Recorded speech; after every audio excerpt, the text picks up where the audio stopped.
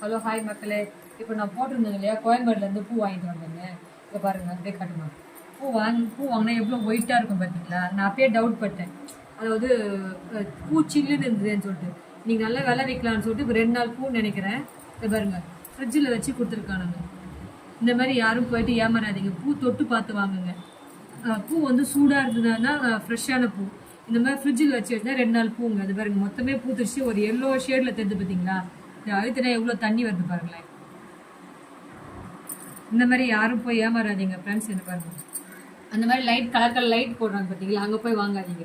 ஏன்னா அங்கே ஒரு கலர் நல்லா இருக்கு, அப்புறம் வெளியே வந்து பார்த்தா அது ஒரு கலர் இதுவாக இருக்கு. இந்த மாதிரி யாரும் ஏமாறாதீங்க. இந்த மாதிரி யார் ஏமாந்துருக்கீங்கன்னு கமெண்ட்ல சொல்லுங்க. இப்படி ஏமாற்றி போய்க்கிறவங்க தான் நல்லா போய்க்கிறானுங்க. இதோ நம்ம போய் ஏமாந்துங்க வரும். இது பாருங்க, இப்போதான் வாங்கி வந்த பூ எப்படி பூத்து போய் எல்லோ கலர்ல இருக்கு பாருங்க. இந்த மாதிரி ஏமாற்றி வாங்குறானுங்களே, இவங்களுக்குலாம் வந்து காசு நல்லா ஒட்டுது. ஆனால் நமக்கு தான் இது ஒட்ட மாட்டேங்குது. யாரும் போய் ஏமாறாதீங்க. என்னுடைய சேனல் அப்படியே சப்ஸ்கிரைப் பண்ணுங்க. அப்போ தான் என்னுடைய நான் போகிற வீடியோலாம் தொடர்ந்து பார்க்க முடியும். ஓகேங்களா?